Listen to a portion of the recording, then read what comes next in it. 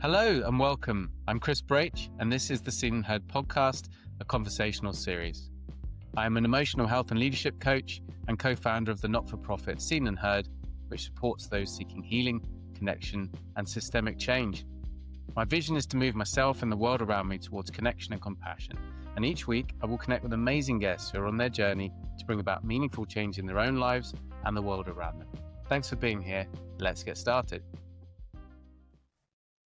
Welcome everybody to the Seen and Heard Podcast, a conversational series. I'm delighted today to be joined by Richard Evans. Richard Evans is a teacher, author and speaker with a passion for helping pupils who struggle at school. He believes there's a missing foundation in education, one of emotional literacy. Not just our pupils, but ours too. And it's this ability to understand ourselves and those around us, which he believes underpins everything pupils and educators try to achieve at school. To this end, following 15 years learning from pupils in lower sets, nurture and tuition groups, Richard created a resource called The Passport, a tool he uses to teach pupils how to be emotionally literate through a process of deep listening and joint problem solving. Working across primary, secondary and complex needs sectors, Richard also teaches staff how to work with students to unpick their barriers to school, such as anxiety, low self-esteem and apathy. Richard's book, Independent Thinking on Emotional Literacy, was published by Crown House Publishing in 2020, and we're joined by Richard today. Hello, Richard. Hi, thanks for the intro, Chris. No worries at all. It's an absolute pleasure to connect today.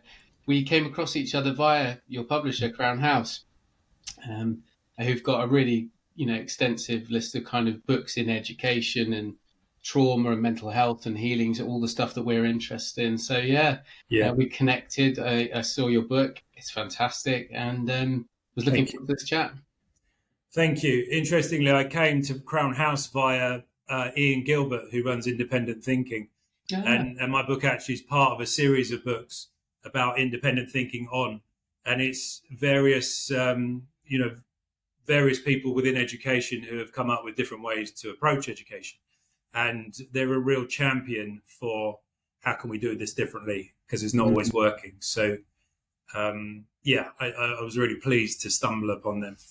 Brilliant. Oh, thank you for that, Richard. And it seemed definitely doing things differently is something we're all about. I think, we're not sitting around waiting for someone to come and save us. Now we realise we've got to do it ourselves. Educational reform is definitely one of those. So we're going to dig into that today. We'll look at the book and what's in there. We'll look at your amazing teaching career and kind of what you took out of it and what you're now, taking forward into the world and your vision and your legacy. So, but we always begin at the beginning, and I'd love to hear a little bit about how things were for you growing up. What was life like when you were young? Yeah, I've got to say I had a very fortunate, I think I would call it, upbringing in terms of love, in terms of sort of comfort, safety, probably too much actually. If you can have too much, apparently you can't, but too much in as much as I think when troubles did come my way in life, I struggled because I hadn't, I hadn't seen a lot of stuff that kids do see early on. And maybe that's part of the attraction in a way that actually, I've had a pretty good, because of, all the classic stuff, I guess, mum and dad who gave everything and more towards their kids. And, I don't mean financially, I mean time, I mean being there, call us any time of day or night, we'll come out, get you if you need, come and talk to us, that sort of thing. Open, loving, nurturing. And also they modelled it as well. They really modelled it to us. They were there for everyone. That's how it felt. It was, my mum was a nurse. My dad was just general good guy, apart from the profession he did. And I think they really modelled to us that actually always extend a hand if you can. And that's the way the world goes round. So I was very blessed. We were very blessed, myself and my two older sisters. So lucky enough to go to a lovely primary school, really enjoyed it. I was always in my Arsenal shirt under my jumper. I lived for sport, but also did okay, academically. Had good friends, and if I wasn't playing football, I was out on my bike. And yeah, it was a happy time. And interestingly, coming to what you do, etc. When it came to choice of schooling, I'd had some extra tuition to get into to take the 11 plus. I was quite wordy. I wasn't particularly great at other stuff, but I was wordy. I used to play a lot of Scrabble that my great grandmother taught me when I was really young, and I think it just set something off. So the sort of verbal reasoning stuff they test you on to get into grammar schools, I could do quite well. So I got into grammar school, the local grammar school, but at the last minute, having done some independent school exams, the City of London wrote to me and said, "Oh, someone's dropped out of the assisted places. They don't do them anymore, by the way, but they've dropped out. Would you like to take it?" And we had a bit of a conflab at home, and it was tricky. I think not just financially. I mean, the assisted system means that they support. They pay according to your parents' income. Mm-hmm. So if they earn a lot, then you pay a lot. If they don't earn much, you don't pay much. But there was obviously something, you had to pay something. So there was that. There was getting on the train, going in every day on the tube, Central Line. It was this big school on the banks of the River Thames. And what does a kid on the sort of Essex, East London borders make of all that? I was I must admit, when I got there, and I was quite a shy, I would say fairly shy 11-year-old. It was, I was really sort of caught in headlights, I think, for a little while. Does that cover the first? Yeah. Was anything you want to pick up on from that? Oh, thank you, Richard. Appreciate that. That's great. I mean, just bless your mother and father as well, because they sound like they did their very best. They did a great job, and I believe parents, 99.9% of the time do their very best, given what they've got at their disposal, given their lives, their trauma, their stuff that they've got going on. But bless them for giving you a good start. And just really hearing as well this big change. So coming into a big, it's quite a big school, isn't it? A big independent school. Yeah, it's a huge change anyway, going primary to secondary, even within the state system. But tell us a little bit more about what it's like to go from a state primary into a probably one that quite a leading independent school, quite well known, quite big.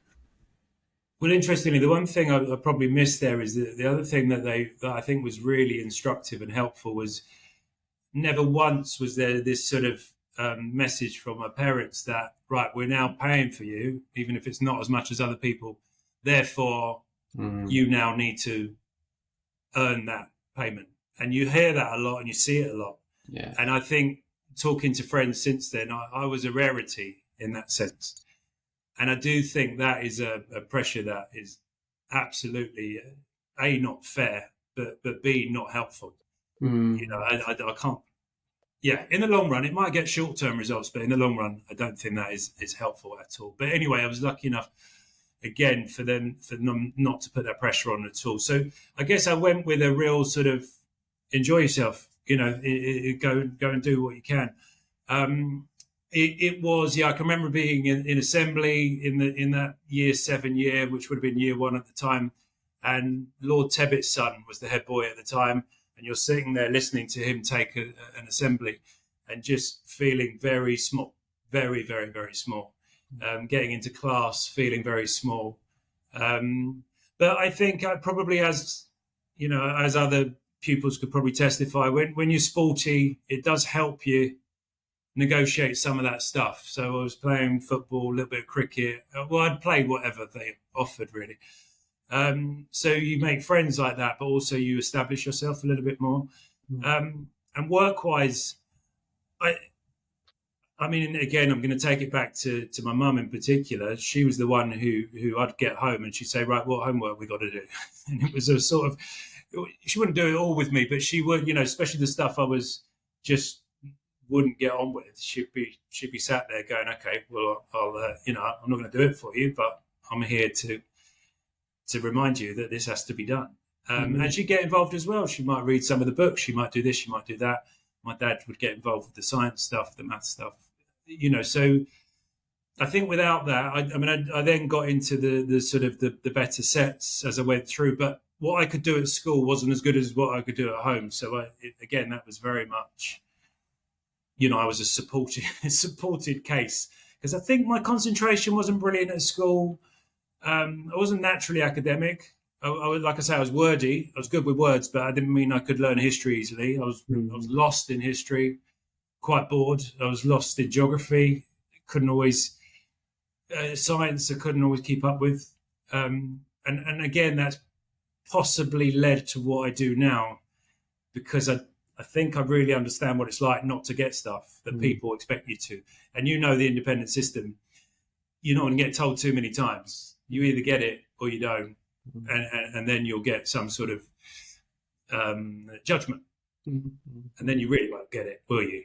So, when I look back, it maybe seems a bit harsh, but I don't think that the teaching quality was, some teachers, yes, but I don't think overall it was that brilliant, especially for someone like me who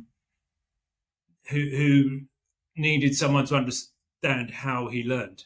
It wasn't for, I wasn't short of effort, but I genuinely didn't get stuff. Now, thank you, Richard. Thanks. There's a couple of points in there I really appreciate you making. How was it, you mentioned sort of East London, Essex borders coming in. What was it like as someone coming from the state system in that part of the world, coming into, school with Lord Tebbett's son? Was there any culture clash stuff going on? How did you fit in? I think actually, it was really good for me because I was meeting kids from all over London, and that, although it was a bit not surprising, it was just, it opened your world, and in a way, I think that's what the school did for me. It A, sort of helped develop my confidence, but B, it just taught me that it's a bigger world than Redbridge in Essex. And as much as I loved the primary school and I enjoyed the area and I had good friends there, I think it just got me out, and it got me on the tube, and you're doing your own journeys and forgetting your violin every now and again and having to go to Hainault to pick it up or whatever. It was good in that way. Culturally, it was good. And then, of course, I had friends who were, some lived in Islington, some lived in Blackheath, some were here, some were there. And that's great, because then you are going to those places to see them, or they're coming to you. So, thanks. It's a very, as I'm talking, I know how fortunate a position that is. And it really benefited me. Thank you. Yeah, I don't know the school very well myself. What era did you go through? Not to pry about your age or anything. Not at all. I'm 53, so I was 83. I joined the school. No, so 83 to 90. So were they? I came through independent school sector from 87 onwards. May have been different in the school. I was in a boarding school, etc. Very much corporal punishment was very much still around at that point. There was a lot of bullying. It was a pretty tough environment. What was your school like then? There wasn't huge amounts of that, and I would say, if I've criticised some of the teaching, I think they got that balance pretty well. Certainly from what I saw. Yes, I had some chalk chucked to me, not a big deal. I was humiliated a couple of times by teachers who felt that was the way to teach me, that I hadn't done enough work, or that I'd got help at home. I can remember one actually where my sister and dad had helped me with some math stuff, and the teacher asked me to go up in class right at the beginning of the lesson. He said, come up, and he gave me the piece of chalk, and he said, just explain how you've worked out your maths homework. And I stood there for 2 minutes going redder and redder and shaking, and obviously everyone laughing at me. And he sort of made his point, and then he said, well, you didn't do it on your own, did you? And there was, in a way that I say that as a big thing, there was much worse going on, wasn't there? I'm just, that was my personal, I guess, example, maybe the personal teaching that To humiliate is to leave you with a story you're still telling 13 years later. But guess what? As a teacher, I've done that at least once, as in reverse, and learned my lesson the hard way. Except, so I far be it from me to be cast in the stones, because when the shoe's on the other foot, you sometimes make some really poor decisions. I hear you. I hear you, Richard. Thank you for sharing that. I think but you're right to mention it. It's because what we're, when we're healing, when we're growing as people, part of the journey is to acknowledge the things that happened without caveating them away. Without going, but there was worse going on, but without, you might have had a bad day, and it's ultimately, you're young, you're in front of a room full of your peers, and you're shaking, and you're in freeze mode, and it's bloody awful, and I'm very sad that happened to you, and thank you for sharing it. Oh, no, at all. But I guess the if that's the worst thing that sort of happened during secondary, that's in a way for me, that's sort of what I'm saying, and I think it was 83. Yeah, I think they knew that there was a limit to what you could do, and perhaps stuff that was done in the past was now not appropriate. I got that sense anyway. Got that sense. Thank you for sharing. Sure. So something else you mentioned there I thought was interesting as well, teaching quality. It was I've checked into this a few times, recently with schools, part of seeing her schools we work with. It's still not a requirement for independent school teachers to be qualified. Wow. Which still, when I hear that now, 2025, I feel a little bit confused by that, if I'm honest, slightly worried about that. There's also the idea that obviously many independent schools, there's a bit mixture of Ofsted, independent schools inspectorate looking at them. It's often been said that sort of marking their own homework a little bit. And then when you've got potentially unqualified teachers working in them as well, I think it's still a sector that largely is behind the walls, if you like, but down the long drives, behind the walls. Yes. And there is a bit of a transparency challenge, I think. What's your sense of what I've said there, and some of those teachers that you came across? Yeah. Well, I don't know if it was mirrored in the state system, but there was a lot of what I would call sort of teaching at you, and copying down, or just teaching from the book, or I guess teachers who were quite long in the tooth and they'd been around a long time, and I think that happens in every sector. But yeah, as I say, it wasn't. It was for kids who got it and were going to get it quickly and move on quickly. And I think if you were someone who wasn't really of that ilk, they probably weren't going to spend a wedge of time helping you to understand. So I think the pedagogy was not top. And I think this is thrown at education, isn't it? And sometimes fairly, that it's all very well knowing your subject.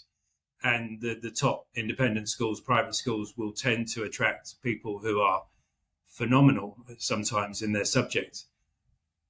But if you can't teach it, it means nothing. It means nothing unless, I guess, your main interest is that top, whatever, 20, 30%. And if you're happy that those kids are getting, are able to move on so much because of the wonderfulness of the knowledge of your teacher, and the other 70, well, so be it, then that's a decision you perhaps quietly make as a head and roll with it. I don't know. I can't talk for head teachers of schools, but I think sometimes sometimes things will be let go, let's say. And I'd like to think we try and take everyone with us. Yes, very idealistic, but yeah, I would like to think we could. Yeah, I really hear you on that one. I think the whole kind of square pegs, round holes thing with education in general, and certainly, some of the more elite, independent schools very much kind of keep up, or you sort of fall behind. You might get moved on, then you might get kind of told that there may be other things for you out there, but to keep the results good. But let's stay with you and your journey. So you mentioned a little bit shy, going through the system, but you're growing up, getting the tube, and coming through school. What was next for you, sort of after school? How did you come out into the world, and what were you carrying with you? Yeah, so I mean, having said all those things, it gave me a very good platform, and I did okay in my GCSEs. Enough to go on to A levels. I did English, French, and German, which actually, looking back, I don't really know at the time, but I was doing what I enjoyed, and I always say that to kids now, my own children. I feel like that is so important, that you keep doing what you enjoy. Parents and teachers don't always, come with you on that. But certainly, I feel like it's important to be a voice saying those things. And so it set me up to take that off, traveling. I did some jobs. I did after I went to uni. I did some like a year's travel doing a French-German degree. So I spent 6 months in Germany, 6 months in France. Speaking language. And then even after uni, I had a year where I was doing sort of jobs that were abroad, sometimes using the language, sometimes just because I enjoyed the travel of it. So, the school plus languages, and I did have some really good language teaching, really, really, that then really widened my world. And I did a ski season with one of the ski companies, which was great fun, using my German, and then I went out to America and did like a Camp America program. Wow.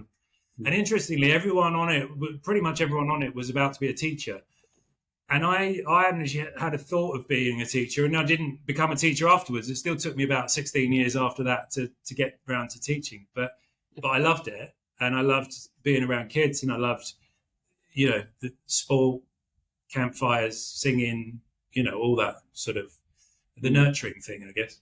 Yeah, thank you, Rich. I'm smiling and laughing because my other half's a teacher, Right. and she went and did a Camp America job and all that. So, like you say, I think there was many teachers involved in it. But the nurturing, I'm hearing that the enjoying working with kids, the nurturing side of things. And then in the intro, I alluded to 15 years, learning from pupils and teaching, etc. So.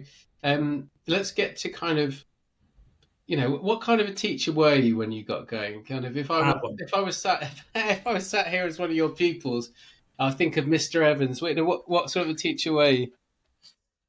Nurturing and completely behind time on everything. Trying to sort of make it up as I went along. I was working like all weekends to try and get my the plans ready for class. I loved it, but I was absolutely shattered. I was also going through a breakup with my children's mum at the time, so it sort of just added to another difficult dimension to the whole thing. But just in terms of school, I mean, the nice thing, the good bit of it, I always remember, is the relationship stuff, and that felt to me. I think that's why I went into education. You don't maybe always know until you get in there, but I really enjoyed the rapport stuff with the kids, and I think they did. When we did things like assemblies for the rest of the school, I'd spend more time on that than anything. And I think I had this instinct that, it's all very well teaching the other subjects. And by the way, I was in a middle school, year 7, 8, 9, and 10. Year 5, 6, 7, and 8. So, and I was teaching English, but I was spending, when it came to our turn to do that, that felt like a growing thing. So we'd put on a performance, we'd stick music on, we'd get everyone involved, and I think that's where I drew up I had some good rapports with the kids that I taught.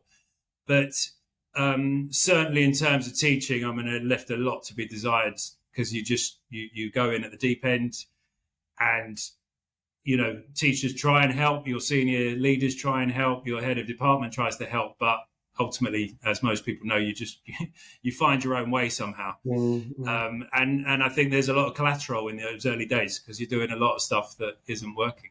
Interestingly, though, the classes that really fascinated me were the lower sets. And as a new teacher, you often get the lower sets because education doesn't seem to have understood that you need to put your best teachers with them. But anyway, that's what happened, and that taught me a lot, because I got that very, very wrong, because I thought I could classic sort of be their friend, stroke, get to know them, and chat about home, but also do the work. And I just didn't have the balance at that stage of being the person you could talk to, but also being the person who knew how to get the best out of a kid who struggled, who'd had trauma, who was having a difficult time of it, who was dyslexic, who had an undiagnosed ADHD. So I made a lot of mistakes in those first 2 or 3 years, but arguably the mistakes that I guess led to better practice further down the line. Beautiful. Thank you for sharing that. I mean, everything you were just saying there about, I wanted to be the teacher who kind of listen to them, get to know them, hear about what's going on, and be their friend. I'm sitting there going, that sounds wonderful. But then you sort of said, but that wasn't really possible. It's not possible right at the start of your career, before you've built that kind of subject knowledge, the charisma, the energy that goes with being able to do that? Or do you think that's not the role of a teacher? I mean, in answer to the first question, I think you can't do that and get really proficient as a teacher at the same time. So I think that is, but I'm not sure what I would choose in retrospect. I went with what I felt education should be about.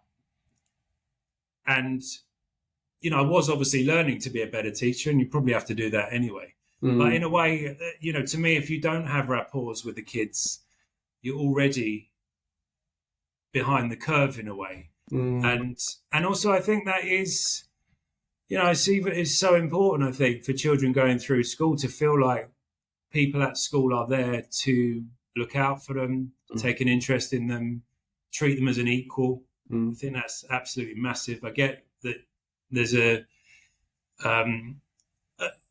hierarchy in school, there's a hierarchy in society, but I don't think you have to exacerbate that. I don't think you have to play on it. I don't think you have to use it as some sort of manipulation tool of the children. I think it's very important to speak to children as an equal, and to show them that you respect them as a fellow human being, first of all. Yeah. We can deal with other stuff after, but at least convey that. So I guess I was teaching in that way because I felt that was important. Just felt it was important for society and or for my relationship with them. But it meant I was spending more time on stuff like that sometimes, or getting kids back in at lunchtime, talk about friendship issues, something that had gone wrong, do things that I felt were important for their growth as a person. And of course, you don't have time for all the marking, especially an English teacher. You don't have as much time for all the marking and all the this and all of that. Yeah, no, I hear you, Richard. Thanks for that. You said some beautiful words that I really connect with. As far as just treating young people as equals. I mean, the philosophy I'm starting to look at really now is that everyone should be looking at each other as equals. But actually, the closer you are to birth, the more rounded you are as a human being. We come into this world with a 360-degree personality, and then the world just takes chunks off us until sometimes we get to middle age and we look in the mirror and it's like Frankenstein's monster. There's almost nothing left. Q breakdown, and my stuff's coming in here for sure, but Q breakdown, Q rebuild, Q whatever you want to say. But what the young people are, they are geniuses. They are creative. They are closer to kind of their purpose, their journey, whatever. And then we shape and shape and shape until there's nothing left. So I think what you're talking about, I think, to not lay this sort of education's door necessarily. I think that it is societal, isn't it? It's societal that we feel like we need to A, create hierarchy, parent to child, B, use punishment, but use reward, which I see as a type of punishment. I think that's a manipulation as such. I don't think it's That is helpful quite a lot of the time. But so societally, we believe in this model of sort of control, and I think education just mimics that. Education mimics that attitude, and that, and if you don't do it my way, then I will give you a punishment, because this is how we do things around here. Yeah. And I'm obviously very aware of the counter arguments, and the children who are doing what you're asking, and them not being unfairly disadvantaged because of someone else's behaviour. But they can both be true at the same time. And I think it's really important not to conflate them. I think you can help kids who are doing what you ask to have a safe space and be themselves, but you can also help children who aren't to understand why they aren't. Yeah. Because if all we do is go to the rule book every time someone does something in inverted commas wrong, I don't know what we're teaching them. To me, that's not education. No. Thank you. That's control. That's creating some version of a human that you have decided is what they should be. Yeah, I really hear you, Richard. Those passionate words, and I think I've heard it often called like it's like the sausage factory. It's just meat for the grinder. Everything comes out the right size, and if you don't quite conform, you kind of get chucked out along the way. But there's something you also mentioned, which is really important. It's not all laid at the feet of education. I really believe that. And one of the big things you it was a few minutes ago, but you said you were burnt out, you were knackered, and that's what I see.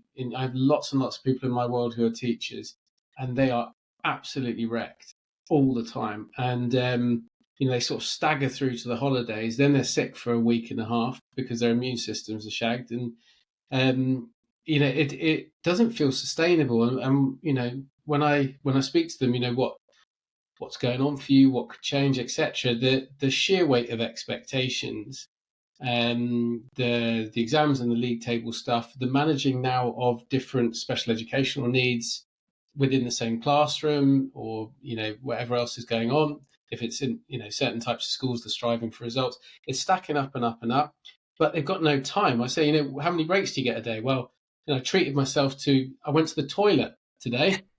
It's like, oh my God, you seriously, you haven't got time to go to the loo? No, because I'm on lunchtime duty, and then I'm on break duty, and then and particularly in independent schools, the day pupils might be running a 60-hour week. The boarders are running a 90-hour week, and the teachers they're there. They have to be, because they can't be unsupervised. So to me, I look at this and I say burnout is the biggest thing affecting both pupils and teachers within the system, particularly independent.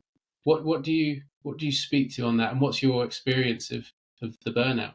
It's exactly that. It's exactly that. I left my second school burnt out. Went to the GP. Went absolutely shattered. I'm trying to do this, and this. I'm sort of going to bed later at night. I'm getting up earlier in the morning. You start getting up at 6 o'clock, and then you start getting up at 5 o'clock. And it's Sunday night, you're going to bed at 12. And some of it is because I'm not working efficiently, no question. Some of it is because I'm not working as quickly as I should be able to or could. I'm spending too much time doing one thing than another. I think that's teaching, nursing, the healthcare professions, etc. Generally, it's a bit of a calling, isn't it? It's something you want to do, and you want to do well. So I think probably in the majority of cases, people come in wanting to do it well, and so you spend time on it, but of course you don't have time on it. So what gives? Well, you do. The system won't. So you end up giving, and that's when what you so eloquently describe happens. I know it's been well documented. People talk about it all the time, but that certainly happened to me. But I left that school. In fact, I left out a contract, and I said to the school, "Look, I know I'm out of contract. I know this isn't legal. I know you could take me to court." But I said, "I can't stay. I don't have another job to go to, but I have to.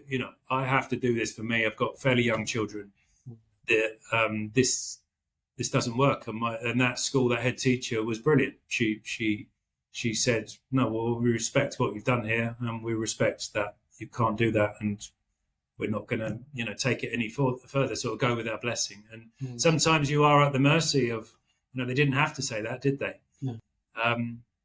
But interestingly, it was a very crucial time because, I'd been loving the job, actually. I'd been working as a nurture teacher, nurture in English. So teaching about 14 kids at a time, and they were all kids who struggled, but it was a nurture class, so I could sort of be creative. We were growing hyacinths downstairs. At times we had some sort of football stuff going on. We had interesting reading idea. It was a place I could try things out, and actually, they responded pretty well. But as the purse strings got tighter, I ended up teaching more and more whole class English, which is fine. I loved it.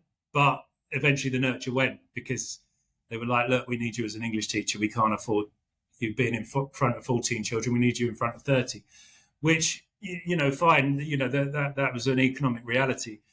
But that and running trips and being a form teacher and all the stuff everyone knows, yeah. And perhaps being who I was, which was someone who was still trying to do everything as to the best of my ability, just wasn't viable anymore.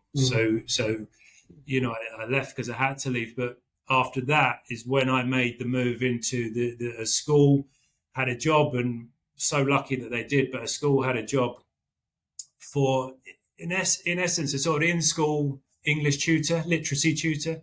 And it was to teach kids who were struggling, whether it was because of behaviour, special educational needs. They'd come from another country. It didn't matter what the reason was, but I was in school to help them out. And they were coming out in groups of 1, 2, 3. So finally, I guess I got the thing which I sort of wanted, which was time to be able to listen, hear, and help.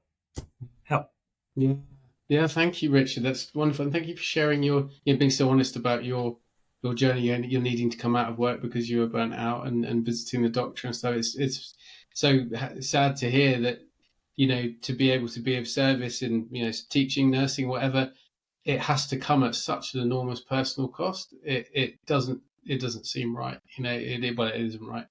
But there's something I'd like to touch on here because you've mentioned it twice now, and obviously it's very much sort of part of our world at Seen and Heard is what kids are showing up with when the school deems them to be troublemakers, behind, bottom set, whatever words you want to use. But, we're advocating very much a trauma-informed schools approach, ACEs awareness, adverse childhood experience awareness, seeing that these sort of learning difficulties, special educational needs may be coming from a place of wounding, of stuff that's going on at home, of parental, challenges. So, from everything you saw over the years, speak to that, what the system really, this sort of behaviourist approach of seeing these kids as a problem that needs to be dealt with, managed, versus what these young people are really showing up with, which is wounds. Yes.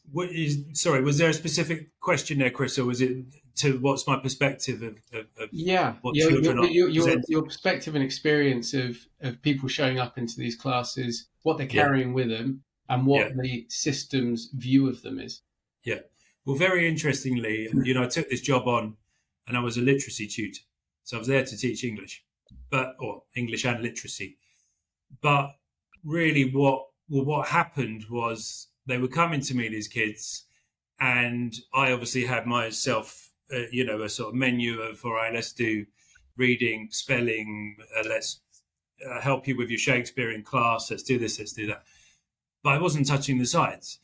And I was a fairly experienced English teacher by then, and it wasn't touching the sides because that wasn't what they needed from me. They needed me to listen to what was going on with them, because it wasn't just English they couldn't take part in, it was most subjects. Because their needs, and I know people shy away from this terminologies, but to me, it's the truest thing I've been learning in education. Their needs were not being met. There's 9 human needs. It's that simple. Some of those 9 aren't being met. It all starts to unravel. And, unknowingly, I didn't know it at the time. I was watching, I was listening, and I was realizing that what I was offering them wasn't really helping. And again, very fortunate that the school I was at gave me fairly free rein to, I guess, experiment. And I know that's if you're looking for evidence-based practice, and you might have people watching thinking, well, we need sometimes you have to react to what you see in front of you and trust yourself to find something that is better than what's there already. And therefore I started to major on, okay, well, let's spend a little bit of time catching up. And I don't mean catching up, just what did you do at the weekend? I mean, what's going on with you here? I realize you've come in angry. And I realize you've come in, what you said to me, it came out in a rude way. I don't think you intended that. Has something not good happened just now? Has something not good just happened yesterday? And one conversation led to another conversation, led to another, to another, to another, to another. And of course, the children who were, I would call them the 30%, who couldn't access English, they all, you could summarize all of them with that they all had some of these 9 needs, and they needed someone, A, to listen so that it wasn't all in there, and B, to give them some sort of way of meeting them, to have something that they could do. Not for me to go off and solve it, but that we could work together, and then that we could decide together that they could try a few different things to help their situation, whatever it might be. Telling a parent something, being brave enough to have a quiet conversation with a teacher for something that wasn't working for them, a friendship issue. It was always like small stepping stones. So, sometimes I would say, well, actually, maybe you could ask me to ask that teacher this thing that's quite embarrassing for you to say, but, I'm here, I speak to that teacher, that might be some. So it was trying to show children that they did have agency. They weren't stupid like the system was telling them they were. They weren't bad like the system was telling them they were. I mean, the amount of kids, the most common thing children have said to me over the last 10 years is, my teacher hates me.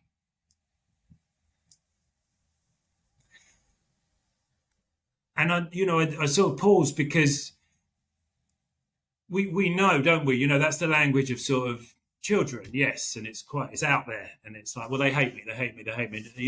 We know it's often hyperbole, but actually, what isn't hyperbolic is that's how it feels. That is how it feels when someone is. And again, I don't lay the blame at the teacher's door here. I don't, because actually, what are they doing? They're doing what their head teachers asked them to do. They're doing what their SLT have asked them to do. They're sticking to some rules. They're trying to teach the other 29 at the same time. I'm not trying to excuse make. I'm just trying to say that the system is such that ultimately the child ends up thinking they are hated. And so anyway, on a positive note, the job became, okay, well, let's try and unpick that. Tell me what that hatred looks like or sounds like. What's that? And always trying to say is be as dispassionate, neutral voice in the middle, to get kids to try and see it from the teacher's point of view. What is it that you think has angered them? What is it you think that has annoyed them? What is it you think that keeps getting them? Can they do that, the reflect thing, which isn't easy for any of us to do. No. But of course, also, what are they carrying into the room? So it was a lot of standing back and trying to observe the picture, because I think for children at school, it's so often you're just this sort of thing that goes in, and it's tumble turn every day. It's crazy. You're doing homework, you're coming back in, you go back in. And no one ever stops the clocks. No one ever stops the clocks and just goes, okay, let's intercept this a second. Let's just one small thing at a time. Beautiful. Yeah. Thank you, Rich. I really hear that. That's powerful. And the title of your book is, Independent Thinking on Emotional Literacy. It's very much, we're seeing now the evidence more and more coming through from leadership studies, etc., that EQ, emotional intelligence, far outweighs IQ as far as the determinant success factors for a healthy, successful, well-balanced life.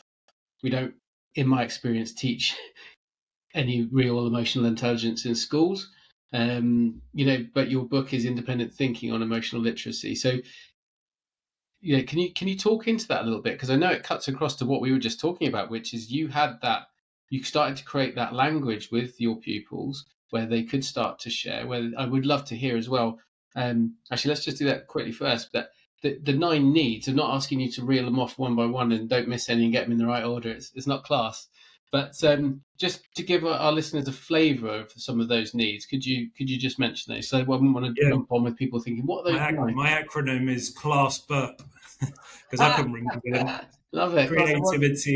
Creativity, love, autonomy, shelter, sustenance, belonging, understanding, recreation, purpose.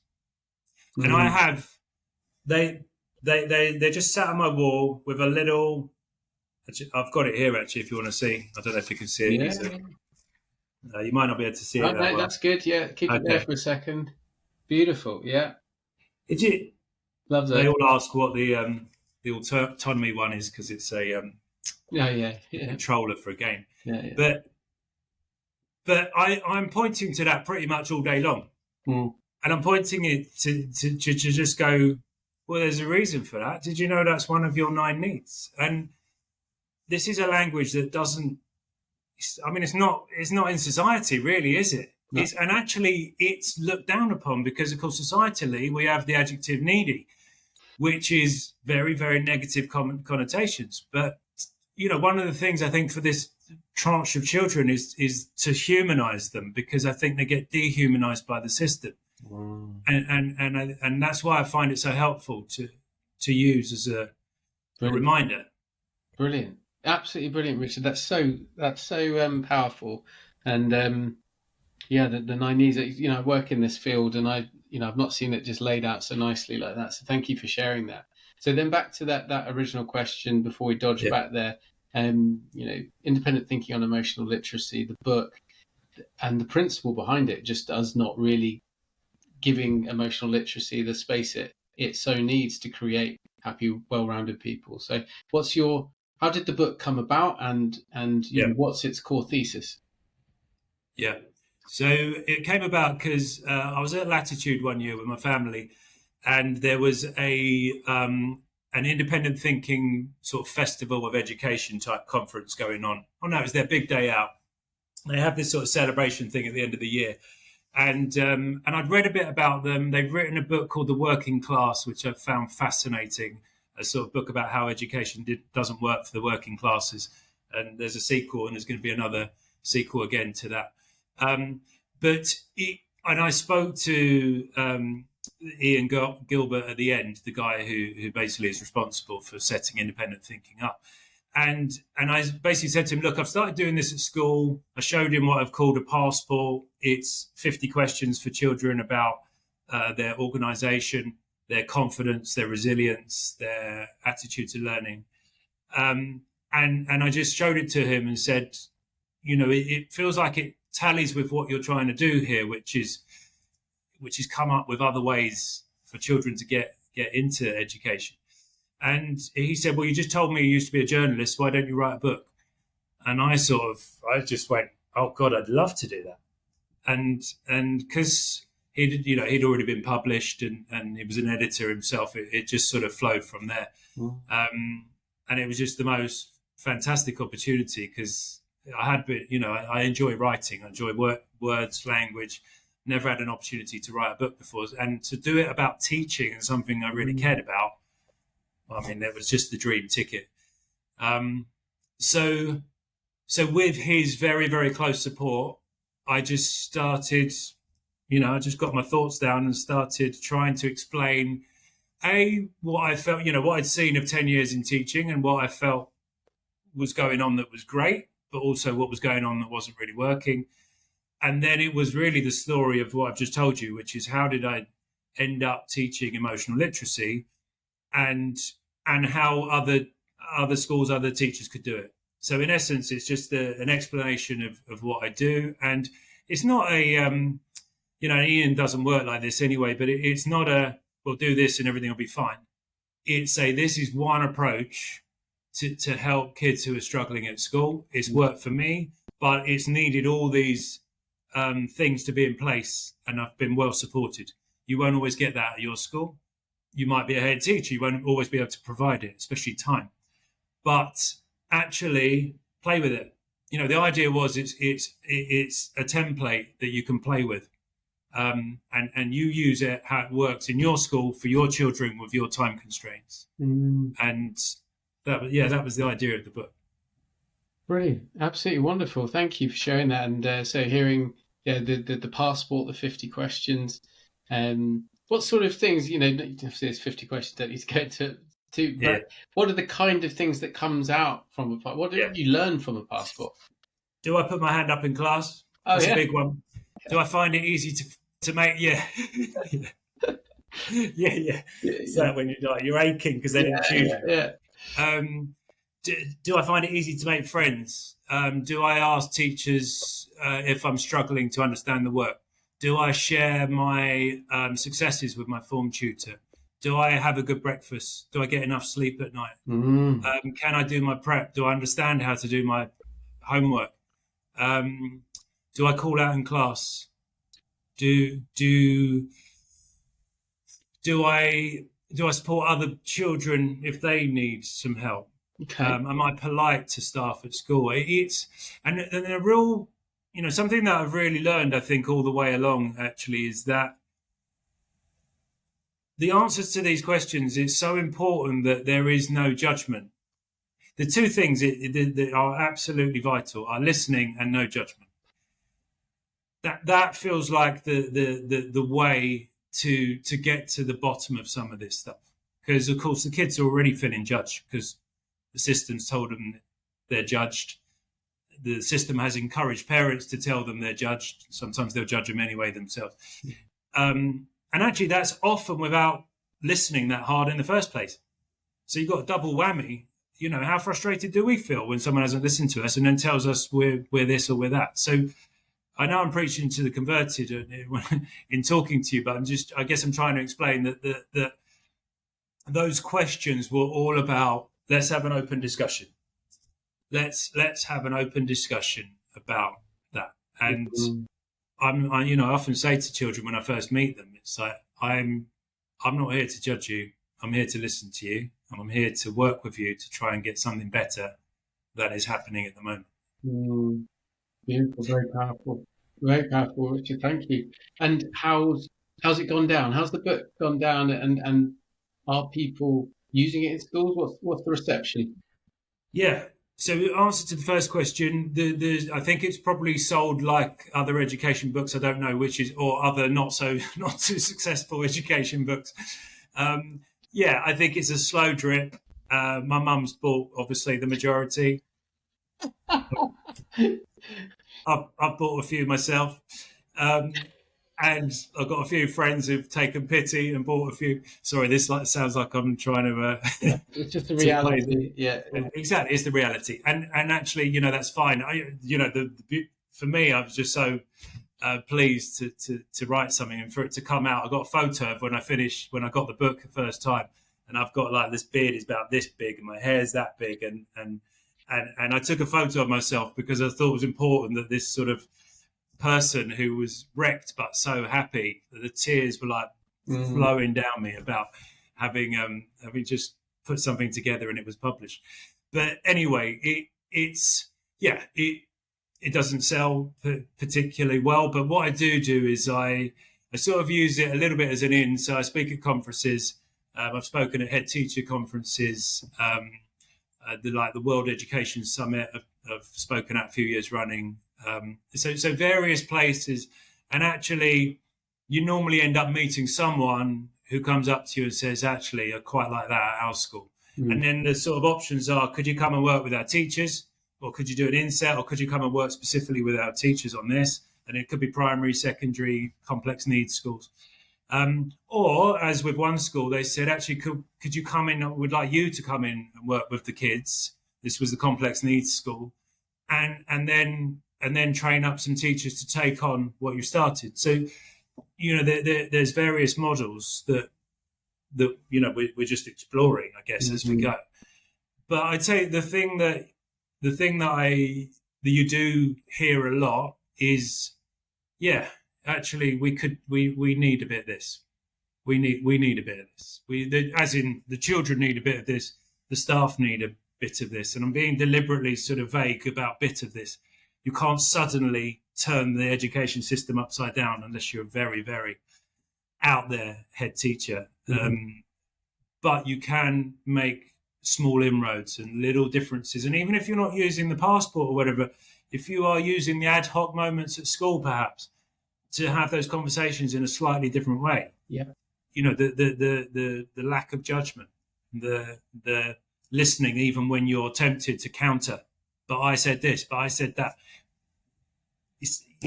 All you're doing is alienating the person who you're trying to get on side. Yeah, thank you, Richard. I'm so glad it's opened some doors for you, and also it was beautiful, really moving to hear of you, tear-stained face, big old beard, because just as a personal journey to get this out of your head and onto paper, is so powerful. So bless you for going through that journey, and we're hoping that more people read this, because it is. Wonderful. Another author, Benjamin Perks, he wrote a brilliant book recently called Trauma Proof. And he believes it's this generation, our generation's gift to the world. Other generations have had vaccines and, they fought the wars and industrial revolution and blah, blah, blah, blah. Ours will be to bring a trauma awareness into the world and an understanding of emotional literacy and emotional health properly, so that future generations come through a little less wounded.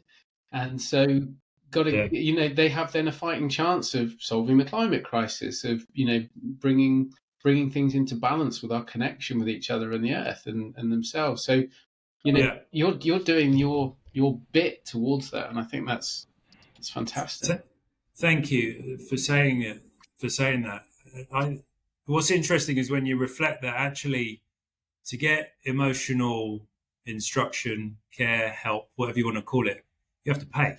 I mean, that's how society works, isn't it? You pay 100 quid an hour, 80 quid an hour. I mean, I pay 140 pounds an hour, and on a teacher's wage. But that's because, to me, it's the most important thing that I'll do in my life is to, just understand why I am how I am, and what, as someone I listen to always says, is to be slightly less stupid than I was yesterday emotionally. Marshall Rosenberg is called. He's sort of responsible for non-violent communication, and a quite a big movement actually that's very interesting if anyone wants to look into. But I certainly have taken a lot from that, which is this sort of you don't have to violently communicate with yourself. I'm stupid. I'm this. I'm that. And you don't have to violently communicate with other people. There can be always a place of listening. Sorry, I can't remember why I quite went on to that. Oh, you said I was going to say about counselling. So essentially, it's seen as this sort of, it's counselling, and of course, a lot of people look at counselling and go, "Oh, I wouldn't do that." And it's seen as a weakness. It's seen as this. It's seen as that. It's called as money. It's so societally, again, we have a whole issue there of it's not normal and it's not. I was going to say manly. It's certainly not manly, is it? That's the societal take. But even for a woman, or I don't think there's this sort of I think there's a stigma. That's what I'm trying to say. Yeah. There's a stigma, and it's looked down upon, and that's why it's so hard to try to move it, to get this to move, particularly, and that's why I guess we have to lead by example in positions where we can. Thank you, Richard. Yeah, thank you so much. Lead from example in positions where we can. Ultimately, coming back to what we talked about at the start, no one's going to come and necessarily do this top down. It's got to be a bottom up movement, and you're a part of that. And just for time today, I'm afraid we're coming to the end of the time we've got. I just want to make sure, was there, just briefly, was there anything you felt like we didn't cover, we didn't make the point of, that you would like to leave people with? I think one of the most interesting things I came across recently, talking to a head teacher I know who I used to work with as a deputy when he was a deputy head, and he has started paying for a counsellor, a qualified counsellor in his school to work with teachers. And he said they don't have a second free all week, and it's been incredibly helpful in giving teachers something that they really are benefiting from. And of course, the oxygen mask thing, you take it as a teacher. If you're not in the best place yourself, which you won't be, of course you won't, none of us are necessarily, but if you've got stuff you're carrying into work, you're obviously going to transmit that to children, not intentionally, but you just are. And this is the stuff that stays with kids for 30 years sometimes. And as I know from your own experience. And sometimes it's awful, sometimes it's not so awful, but actually this can be improved. And so for head teachers, I think if you believe in this stuff, I think if they're like businesses, aren't they? You have budgets, you can spend it on whatever you want to spend it on. Play therapist, great. Elsa's brilliant, but actually that just seems like such a great idea to have a counsellor for teachers to be able to just say, do you know what? I really need to have half hour here. I really need an hour here, or whatever. And he just works it so it works in a school. It might be PPA, it might be something else.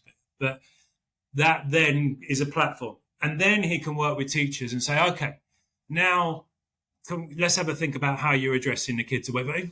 Teachers are going to receive it much better, aren't they? Yeah. If they're in a place where their own needs are looking after those 9 needs, they're being looked after better themselves. So, yeah, not everyone's going to want to see a counsellor, not everyone's going to this, not everyone's going to that. But I think we have to drag all of us together with this.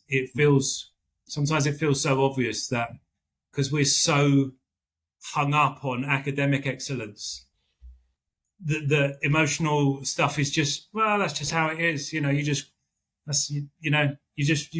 Emotional stuff, sometimes you get, sometimes you don't. And then, you get worse as you get older and then you die. No, it doesn't have to be like that. It doesn't have to be like that. Thank you, Richard. Your beautiful words there. Say, putting your oxygen mask on first, giving teachers some space, some clarity for themselves. And like you say, once you turn that narrative around from the inner critic into kind of an inner champion, the outer stuff starts to change. So, I run conversations around compassionate leadership and what needs to happen. Ultimately, we change the inner world before we change the outer world. So, if people are doing their work, if people are understanding emotional literacy themselves, they've got a half a chance of bringing it into the school. So thank you for your contribution to this brilliant book, Independent Thinking on Emotional Literacy. You'll find it and Richard's details in the show notes from today. Thank you for your contribution. Thank you for your time today. And I'm very glad you went through the bearded phase and got your book out. So thank you, Richard. Thanks, Chris, and for your listening, and it was a lovely conversation to have, because as when someone's hearing you and giving you the chance to express what you want to. So thank you for how you conducted that. Thank you. Yeah, appreciate that, and thank you so much for listening. Really appreciate you tuning into the podcast. There's more coming every week at the moment, but today it was a great privilege to be with Richard Evans. I've been Chris Brace, Seen Her Podcast, a conversational series, and we look forward to seeing you on the next episode. So thank you very much and goodbye.